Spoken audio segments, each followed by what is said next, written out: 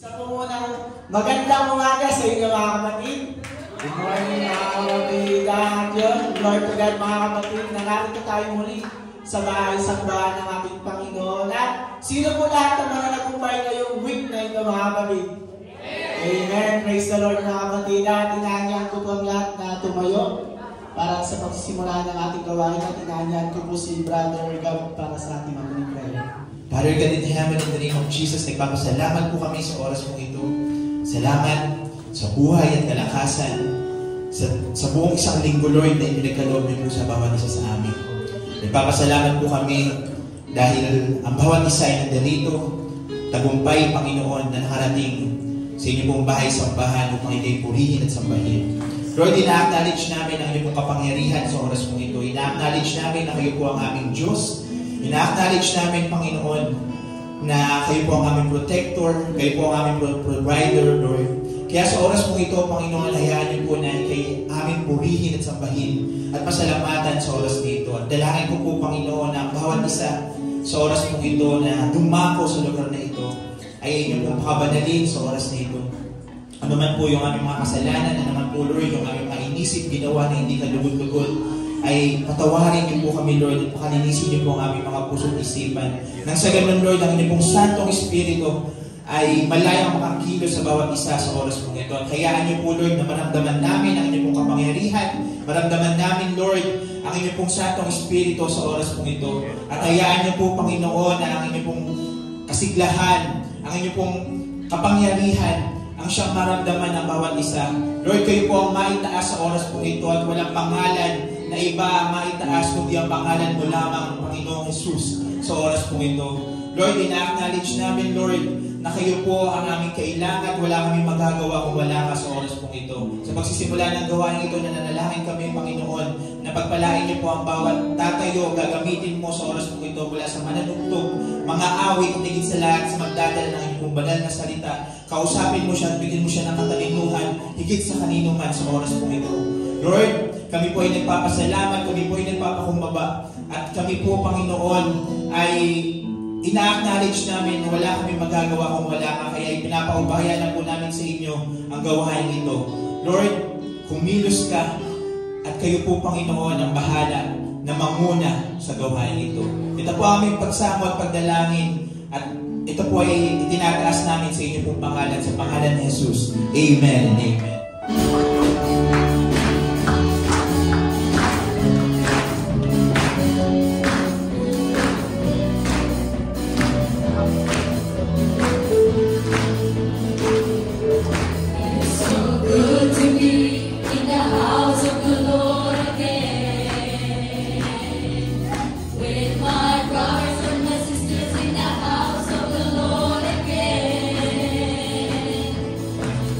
Just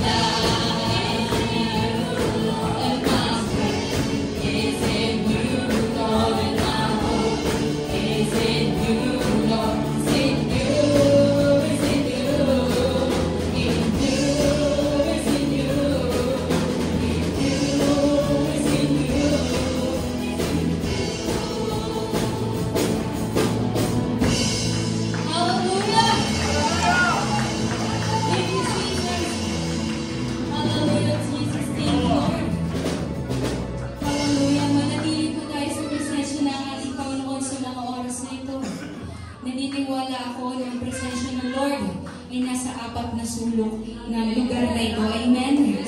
Hallelujah, hallelujah. We worship you, Lord, in spirit and in truth, Lord Jesus. Tunay na our life is in you, Lord. Our strength is in you, Lord. And our hope is in you, Lord. Kaya sa oras na ito, Panginoon, patuloy mong tanggapin ang aming mga papuri at pagsamba, Panginoon. Lord, we come to your presence, O God. Hallelujah. Jesus. Oh, Lord, Jesus.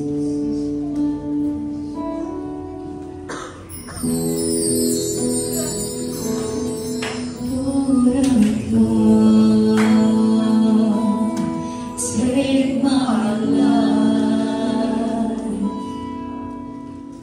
I offer it to you as a pleasing sacrifice by your grace,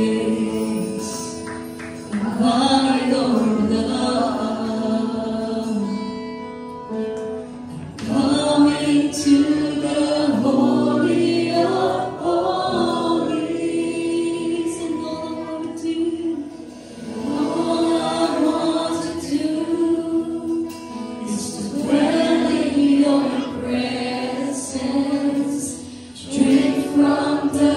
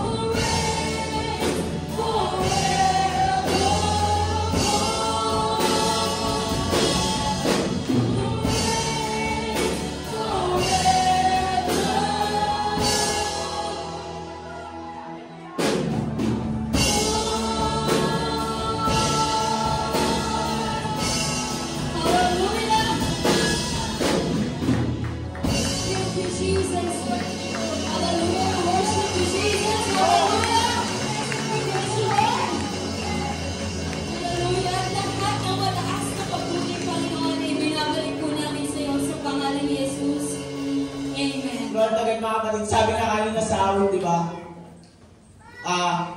My life is in you, Lord. My strength is in you, Lord.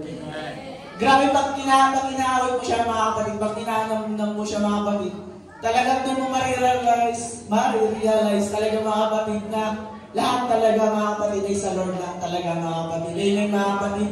Kaya, dapat talaga natin purihin at pasalamatan ng ating Panginoon, mga kapatid. At syempre, mga kapatid, sino pong pamilyar, mga kapatid, sa Inside Out or nakapanood? Yun, ano po siya, parang mga emotions po siya na lumalabas yung mga character ng tao na mga joy, katulad po ng mga emotion, joy, fear, angry, anxiety. Well, ang saya lang, mga kapatid, kasi nakarelate ako dun sa emotion naman na anxiety. Last week po kasi, ayan na po, parang syempre sa trabaho, site inspection, tapos mga ganun po. Tapos, tinamaan po ko ng tonsillitis sa lalamunan ko.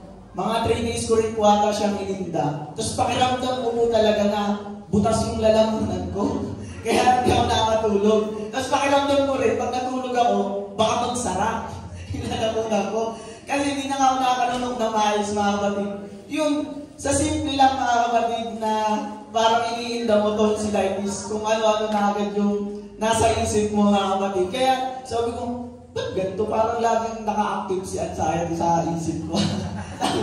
Parang laging nakapindot. Sabi ko, pero thank God pa rin, mga kapatid. Yun nga po, mga kapatid, lumipas din ilang araw, gumaling naman na po ako, okay na po ako, mga kapatid. Lord to God, mga kapatid. Ang gusto ko lang talagang i-share, mga kapatid, kung baga parang lesson din sa akin, mga kapatid.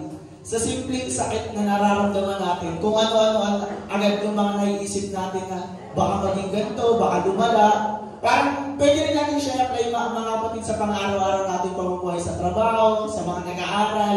Kumbaga, huwag natin hayaan, okay lang yung emotions, natural lang yan, okay lang talaga, normal. Pero huwag natin hayaan na lamunin tayo ng emotions natin, mga kapatid. Kumbaga, lagi pa rin tayong magmasakop sa ating Panginoon, mga kapatid. At syempre, gusto ko rin po talagang i-share sa inyo sa Philippians chapter 4, verse 6. Huwag kayong mga balisa sa anumang bagay, kundi sa lahat ng mga bagay sa pamamagitan ng panalangin at daig na may pagpapasalamat ay ipakilala ninyo ang inyong mga kahilingan sa Diyos. Amen, mga kapatid. Yun, parang ang sarap lang kasi siyang damay, mga kapatid, na kahit ano man yung mga nararamdaman natin sa buhay, problema man yan, ano man dumating na emotion sa buhay natin, sadness man yan, fear, takot, basta lagi nating pagkatiwalaan ng ating Panginoon na manalig tayo palagi sa Kanya, mga kapatid. Talagang ang Lord lang ang tutulong sa bawat isa sa atin, mga kapatid. Amen, mga kapatid. At di ko sa pagtatagal, ipadalangin na rin po natin ang daligaw na handog at ika po. Tayo po lahat ng mo. Lord, marami pong salamat sa mga biyaya na ito, na thank you, Lord, na binigyan niyo po kami ng tamang puso at isipan na ibalik ang lahat ng ito, Lord. Dahil lahat po ng ito ay sa inyo lang na nagmumula, sa inyo lang na nanggagaling. Gamitin niyo po, Panginoon ko, ang handog ika po na ito sa ikakalwalhati pa at ikakalagana pa po ng inyo pong mga salita, at i-bless niyo rin po, Lord God, ang mga pinagkukuhanan po namin sa mga hanapbuhay po namin, sa mga may trabaho. I-bless niyo po, Lord God, at lalo pa pong malaganap ang inyo pong salita at marami pa po ang maligtas, Panginoon. Marami pong salamat sa mga biyaya, sa kaligtasan na ibinigay niyo po sa amin. Sa inyo po ang pinakamataas na papuri at pasasalamat. In Jesus' name, amen, mga kapatid. At inanyan, at ready na po ba ang lahat sa salita ng ating Panginoon? Amen, mga kapatid. At inanyan ko po si Brother Rod para sa salita ng ating Panginoon. Ilang pag-alang sa pagbasa ng ating pag-uusapan sa magang ito. Usan po natin sa Jeremiah chapter 29. Jeremiah chapter 29 verse 11. Ang sabi rito, sapagkat nalalaman ko ang mga pag-iisip ng aking iniisip sa inyo, sabi ng Panginoon, mga pag-iisip tungkol sa kapayapaan at hindi tungkol sa kasamaan, upang bigyan kayo ng pag-asa sa inyong huling wakas. O amang banal na sa langit, isang kao Diyos, kami po ay tumutuloy sa iyo. Huwag mo tinahan, Panginoon, ang aming mga pagkukulang, ang aming mga pagkakamali, ang aming kasalanan. bagkus magpatawad ka sa amin. At alam po namin na kami po ay isang makasalanan. Subalit alam din po namin ikaw ang Diyos ng mapagpakumbabang loob. Ama, tinatagubilin po namin ang aming mga sarili sa pakikinig ng iyong banal na salita. Langisan mo, Panginoon, bawat isa sa amin, magbigay ka ng wisdom sa bawat isa. Ayan mo, Panginoon, ang mensaheng ito ay pamumuhay namin sa aming paglakad sa iyo. At o Diyos, ikaw na po ang bahala sa aming natitira pang gawain. Ito po ang aming samot dalangin sa pangalan ni Kristo namin tagapagligtas. Amen. Ayan, mga kapatid. Praise the Lord. Ang pamagat po natin sa lingkong ito, ang sabi, how can I patiently wait on God's plan in my life? Ang mensahe ng ating kapatid na si Brother Do last Sunday na ang patient ay isang karakter ng pag-ibig. Ibig sabihin, siya ay bunga ng Espiritu Santo.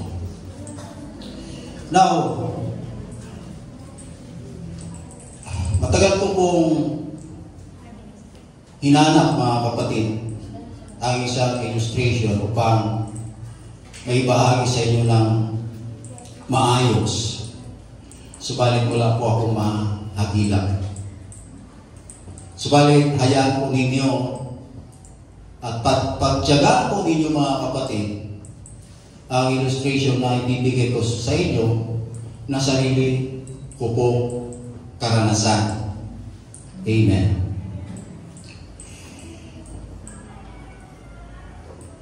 Ang paghihintay, mga kapatid, ay isang bagay na kinaasara ng inyong lingkod.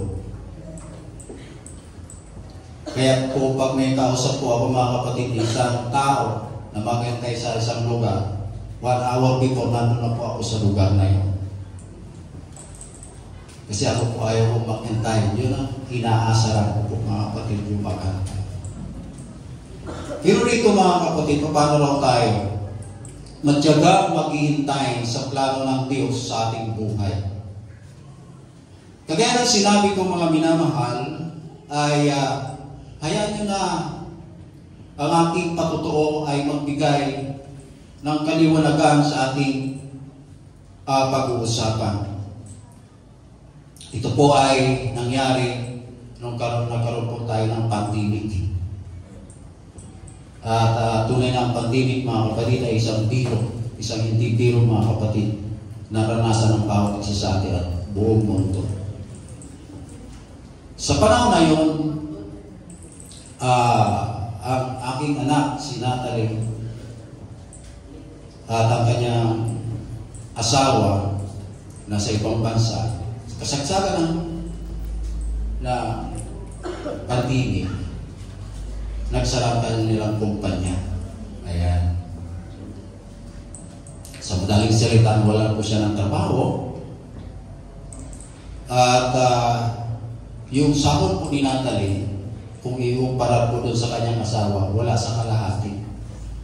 So, kumbaga, doon sa asawa niya talaga, nagagali ang kanilang pinansyal na pangangailangan. At nawala po siya ng trabaho. At nag-stay siya doon ng almost 1 year. At bago po sila umuwi ng Pilipinas, nagkasakit po siya ng 1 buwan doon. Nakatay po siya 1 buwan. So, isang araw ay umuwi yung mag-ama, yung bunso niya, saka yung tatay. At doon po nalaman, mga kapatid, na ang pamilya ni Natalie ay financially broke. At sa kanilang mga patutuo, at nakita ko ang malala at malaking problema po nila. Okay? Dahil dito, mga kapatid, araw-gabi, itinutulak akong pumasok sa aking pribadong pananalangin upang isakop sa Diyos ang kanilang problema. Habang napupumilit ako, mga kapatid, na sagutin ng Diyos ang aking dalangin, Binigyan ako ng Diyos ng higit pang mga detalye. At ipinakita sa akin kung paano nahihirapan ang mag-asawa. Kasi every time na makakusap ko si Natalie, wala po siyang tigil kaiyak sa akin. At lagi ko po sila naririnig, nag-aaway sa telepono. Hindi po ako na-stress doon sa kanilang problema, mga kapatid, kundi na-stress po ako doon sa kanilang pag-aaway at iyak ng iyak si Natalie sa akin. Ang sabi ko sa kanya, lilipas din niya. Halos ang taon ako sa ganong sitwasyon, mga kapatid, na para bang hindi pinapakinggan ng Diyos ang aking panalangin. Ngunit, nais ng Diyos na manalangin ako na mas matagal, mas mahirap, mas matindi panalangin. Napatuloy po ako sa panalangin at umasa sa sagot ng Diyos sa lumang araw, sa lumang oras. Sa ganitong sitwasyon, mga kapatid, ang tukso ng pagkainip talagang dumarating. Ang pagkabigo ay unti-unti nararamdaman ang iyong lingkod. Kaya pamanais ng Diyos na maging tapat sa Kanya, magtiwala sa Kanyang soberenya. At pinakita ng Diyos na ang Kanyang soberenya, mga kapatid, ay malawak na saklaw sa pananaw sa mga bagay na higit sa aking pag-iisip. Amen. Kung maghihintay lang ako sa Kanya na kumilos sa halip na ako mismo ang kumilos. Sa ganitong revelasyon, mga kapatid, nadama ko ang kapayapaan at katiyagaan na sasagutin ng Diyos ang aking panalangin sa lalong madaling panahon. Gayon pa man, inutusan ako ng Diyos na manalangin ng tuloy-tuloy. Itunuro sa akin, mga kapatid, ng Diyos ang tungkol sa pagnanais sa Kanya ng higit pasasagot sa aking mga dalangin. Ang ilang buwan na pagsubok ng paghahantay, mga kapatid, sa pinakamagandang plano ng Diyos sa problema nila, ako ay natukso na gumawa ng sarili hakbang para maibsan ang kanilang problema. Naisip ko, nakikita ko ang sarili kong bahay. Subalit hindi pala yung kalooban ng Panginoon. Good thing, after 2 years, mga kapatid, nagkaroon ng trabaho si Noel dito sa Pilipinas. Pero hindi pa rin sapat para mabayaran nila malaking pagkakautang nila sa ibang bansa. Noong mga panahon na yun, mga kapatid, ang aking apo na si Jana ay graduating po siya bilang associate nurse. Dito ko nakita, mga kapatid, na ang Diyos ay may inilaan talagang solusyon doon sa ating mga problema kahit hindi pa niya pinapakita sa atin. Iyarig na, mga kapatid. Kasi nung panahon na yun, graduating si Jana bilang associate nurse, pinayuhan siya ng dean ng school. Sabi ng dean kay Jana, bibigyan kita ng recommendation letter sa US government para magkaroon ka ng 1-year working visa. Sabi ng dean ng school. Kasi sabi ng dean, yung 1 year na sahod mo, yun ang pag-enroll mo next year. Kasi ang sabi ng dean, kung magtatrabaho ka, habang nagtatrabaho habang nag-aaral ka, 100% hindi ka makakatapos. So sa madaling salita, mga kapatid, pagka-graduate ni Jana bilang associate nurse, nagtrabaho po siya. Now siguro, sa tuwing nagkakausap ang mag-ina, yung nanay ni Jana si Natalie, ay umiiyak din. Katulad ng pag-uusap namin, tuwi-tuwi na. So sa kanilang pag-uusap, tinanong ni Jana ang kanyang nanay. At sabi niya, Mami, Magkano ba talaga ang utang mo diyan? Sabi ni Natalie, 1M. Sabi ni Jana, Mami, yung totoo. Sabi ni Jana. So sabi ni ng nanay, 3M. So, sabi ni Jana, Mami, buwan-buwan, tutulungan kita para mabayaran ang utang mo diyan.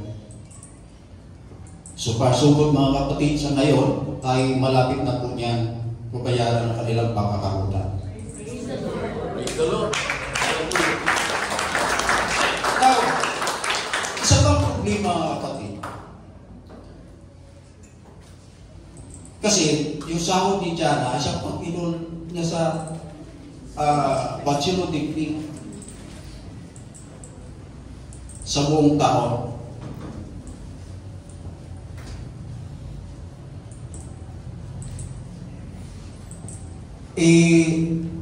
Buwan-buwan pinapadala sa nanay niya. So wala talagang pang tuition siya. Itong June. So, noong March, mga kapatid, tumawag si Natalie sa akin. Sabi niya, Papa, pray mo naman si Jana para makakuha ng pabor sa amo niya. Sabi ko, bakit? Hiram muna si Jana ng pang-tuition doon sa kanyang amo. Sabi ko, sige. Nung sinabi ni Natalie sa akin, positibo ako mga kapatid. Di ako knockdown. At isa pa, akala ko maliit lang na halaga ang utangin ni Jana. Nung malaman ko mga kapatid, hindi birong halaga kasi $50,000 ang intensyon na hihiramin ni Jana. So hindi biro yun. Sa atin, 2.5 million plus. Amen. Kasi doon mga kapatid, ang sistema nila, kung kukuha ka ng bachelor degree doon, yung buong school year, kung 2 taon niya ilan man, babayaran mo yung cash. Hindi pwedeng hulugan, nakagaya rito sa Pilipinas, pwedeng monthly. Doon hindi, babayaran mo na yun. Ngayon, kung wala kang cash, pwede kang mag-apply ng educational loan. Si Jana hindi pwede kasi foreigner po siya. So,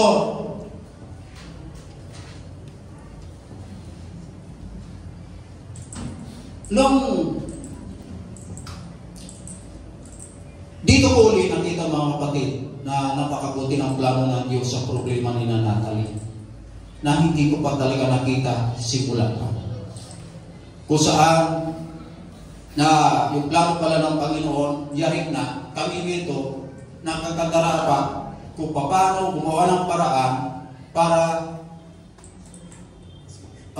matulungan sila na mabayaran ang kanilang pagkakautang.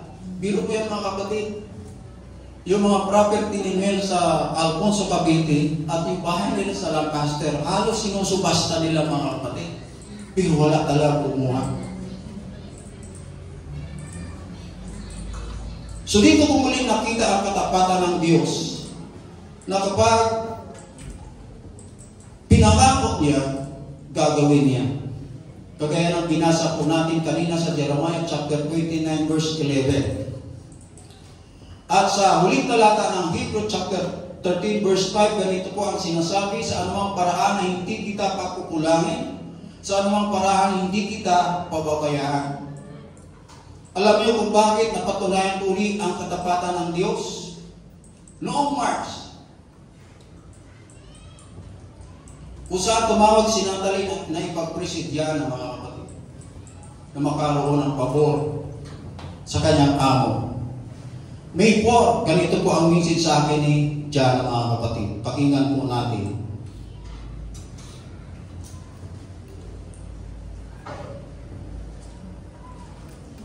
Napakabuti ng Panginoon mga kapatid. Talaga magtiwala po tayo sa Diyos. May po, ganito po ang message sa akin ni Diana. Sabi, hello Papa, thank you sa mga prayers mo. Ang rami kong blessing this week. Nabigyan ako ng raise ng company. Ibig sabihin, dinagdagan ng kanyang sahod. Tapos, nag-offer yung boss ko na siya na daw muna ang mag-pay ng tuition fee ko sa nursing school. Tapos, babayaran ko na lang after ko makagraduate. Wow! Kasi wala akong mga kapatid.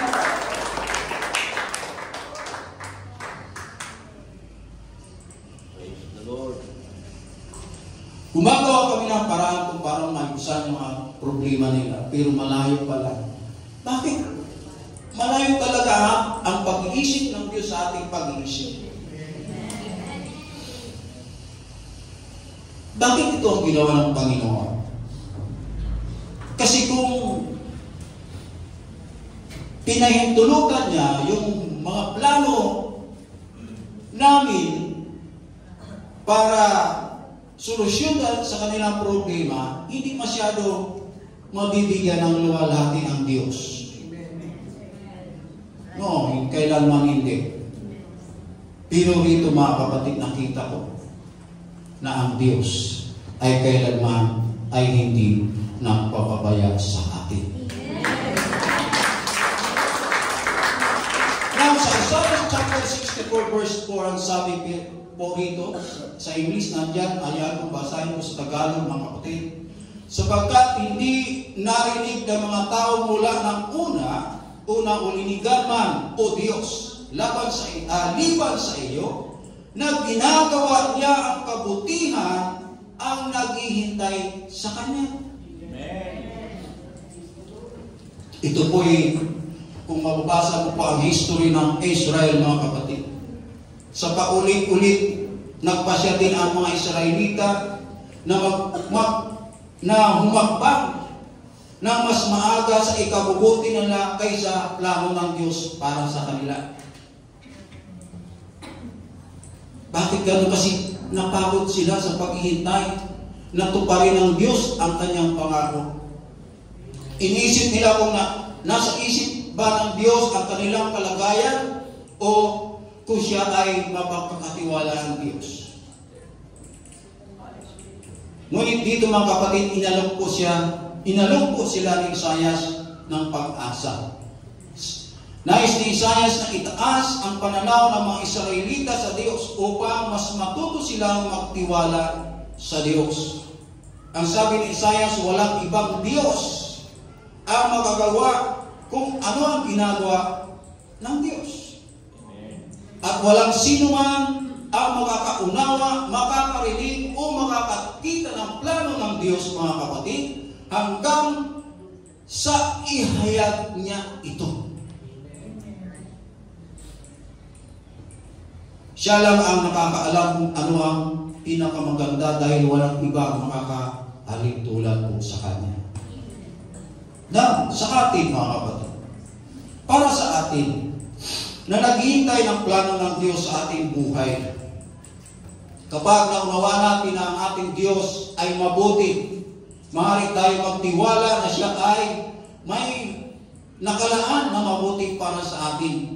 Kapag kilala natin siya bilang soberanyang Panginoon sa ating mga panalangin, mga plano, mga pag-asa, maaari tayong maniwala na alam ng Diyos kung ano ang pinakamabuti para sa atin. Di po ba? Purihin ang Panginoon. Kung hinintay natin mga kapatid at Diyos na kumilos para sa atin, tinatanggap po natin kabuuan ang kanyang mga pagpapala. Akala niya tapos na yung pagpapala kay Jana, hindi pa tapos. Pero kumpleto na. Kasi sabi nung yung kumukok kay Jana mag-asawa mga kapatid at nakakabuti talaga ng Panginoon. Yung mag-asawa na yun, siya na mamahala doon sa ospital ng kanyang kapatid. Yung may-ari ng kapatid yung tinitirahan ni Jana. At yung mag-asawa nun, siya na mamahala doon sa ospital. Sabi ni Natalie, minsan kinausap raw nung mag-asawa yung si Jana. O sige Jana, pag natapos ka, ito-turn over ko sa iyo yung pamamahala ng ospital at kami mag-asawa uuwi na ng Pilipinas.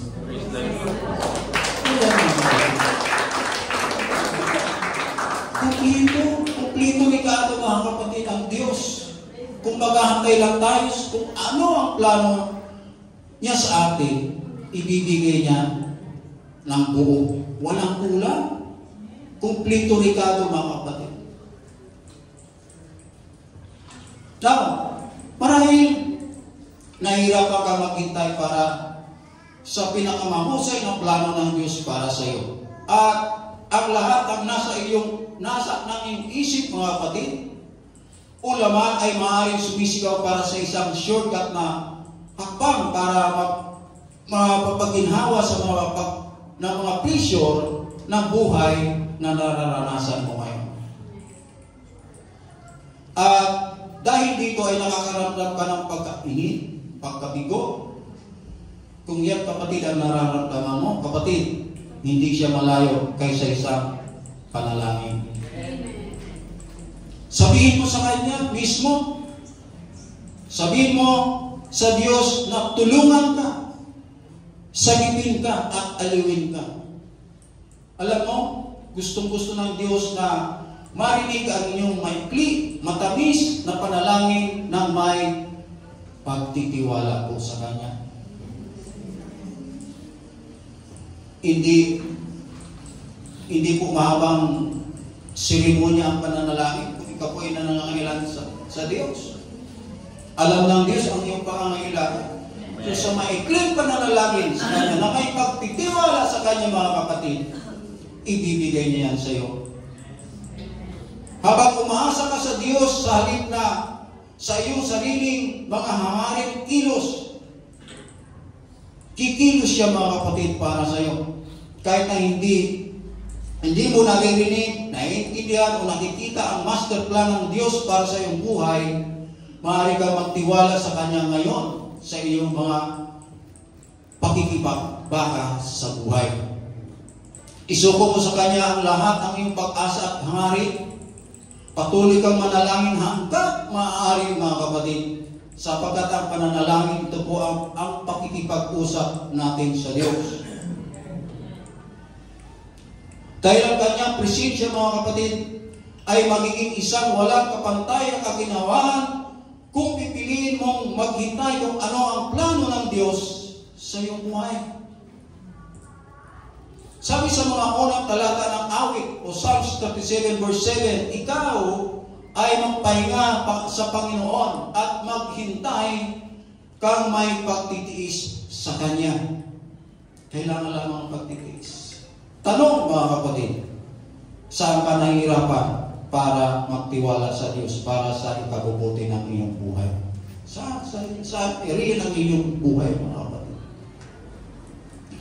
Sa buong Biblia mga kapatid, makikita natin ang maraming halimbawa ng katapatan ng Diyos at ang kahalagahan ng paghihintay sa Kanyang mga pangako. Sa Psalms chapter 37 verse 14, ganito po ang sinasabi, we are encouraged to wait for the Lord. Sabi niya, be strong and take heart and wait for the Lord. Gayon din sa Isaiah 40:31, sabi ito rin, pinapaalala po sa atin ang sabi that those who hope in the Lord will renew their strength. Sila ay papailan lang sa mapapakpak na parang agila. Sila'y tatakbo at hindi mapapagod, sila'y lalakad at hindi manghihina. So, ang matalatang ito mga kapatid ay nagpapaalala sa atin na ang paghihintay sa Panginoon ay hindi basta-basta, kundi isang gawa ng pananampalataya at pag-asa. Praise the Lord. Now, habang hinihintay po natin, habang naghihintay tayo ay pinapalakas at binabago, batid na ang Diyos ay tapat na tutuparin ang Kanyang pangako. Tanong ulit mga kapatid, paano tayo maghihintay sa mga pangako ng Panginoon na may pagtitiis at pagtitiwala. Number 1, dapat nating linangin ang malalim na kaugnayan sa Kanya. Sa pamamagitan ng panalangin, pag-aaral ng banal ng kasulatan at pagsamba sa Kanya. Kapag mas kilala po natin ang Diyos at ang Kanyang katangian, mas magiging madali at magtiwala sa Kanyang mga pangako. Pangalawa, dapat nating isuko ang ating sarili mga hangarin at plano sa kalooban ng Diyos. Sinasabi po sa atin sa Kawikaan chapter 16 verse 9, sa kanilang mga puso ay nagpaplano ang mga tao ng kanilang mga landas. Ngunit ang Panginoon ang nagtatatag ng kanilang mga hakbang. Ano ang pinaparating sa atin ang talatag nito mga kapatid? Kapag binitawan natin ang kontrol at sumuko sa soberanya ng Diyos, makakatiyak po tayo na ang Kanyang mga plano ay mas dakila kaysa ating mga plano. Panghuli, dapat tayo magtiyaga sa pananampalataya. Bakit? Kasi alam natin ang Diyos ay tapat o gagto pa rin ang Kanyang mga pangako. So, hinikaya tayo ng Hebrew chapter 10 verse 23 na sabi, panghawakang hindi natitinag sa pag-asa nating pinapahayag sapagkat ang pangako ay tapat. Kahit sa gitna ng mga pagsubok, mga kapatid, at hamon, kumapit tayo sa pag-asa na ang Diyos ay gumagawa ng lahat ng bagay para sa ating ikabubuti sa ating mga buhay. Okay? Sa Romans chapter 8 verse 28. Basahin po natin dyan. So habang naghihintay tayo sa mga pangako ng Panginoon, mga kapatid, tandaan po natin na ang Kanyang oras ay laging perpekto at ang Kanyang plano ay para sa ating ikabubuti. Mga kapatid, naway magtiwala tayo sa Kanya ng buong puso at makatagpo ng kagalakan sa Kanyang presensya, batid na siya ay tapat na tutuparin ang lahat ng Kanyang Lahat ay manalangin sa ating pagtatapos. Dakila at mapagpalang Ama, pinupuri ka namin at pinasasalamatan sa umagang ito. Salamat po sa mga kapatid na dinala mo sa aming piling, nakasama namin sa aming pananambahan. Salamat din po, Panginoon, sa iyong mga salita na muling na ibahagi. Salamat sa magandang mensahe na ipinagkaloob mo sa amin, O Diyos. At muli, umaasa po kami, Panginoon, na ang lahat ng aming marinig ay mananatili sa aming mga puso, sa aming mga isipan. At ito ang aming magiging gabay, patnubay namin sa aming paglakad dito sa magulong sanlibutan. Patuloy kaming maghintay, Panginoon, sa iyong panahon. Hindi kami maiinip, Panginoon, bagkus ilalagat namin ang aming buong pagtitiwala sa iyo, O Diyos, na kayang-kaya mo kami pagpalain, kayang-kaya mong ibigay sa amin ang lahat ng aming mga pangangailangan. Muli, hinihiling po namin ang iyong patnubay sa aming paghiwa-hiwalay, ang iyong pag-iingat at ipagkaloob mo sa bawat isa, kung paano mo kami dinala ng ligtas sa lugar na ito. O Diyos, ibalik mo kami ng ligtas sa aming mga tahanan. At nawa, Panginoon, ay ibalik mo kami sa aming mga susunod na gawain na palagi na ay nagtatagumpay. Ang lahat ng papuri, lahat ng pasasalamat, lahat ng kalwatian ay maingat namin ibinabalik sa iyong dakila at makapangyarihang pangalan, sa pangalan ng aming Panginoong Jesucristo. Ang lahat ay magsabi na Amen. Ang gabi po natin, paspas ang ating iglesia, katapos-tapusan mga kapatid, paalam na, mga pakatibay kayo, mga pakatatag kayo. Pagpalain ng Diyos ang inyong mga hanap buhay, lutasin ang inyong mga problema, pagalingin ang inyong mga karamdaman, at ang kanyang biyaya, ang kanyang kapayapaan, ang pag-ibisa ng Banal na Espiritu ay sumainyo noon lahat. Tayo po lahat ay magkamayan sa mga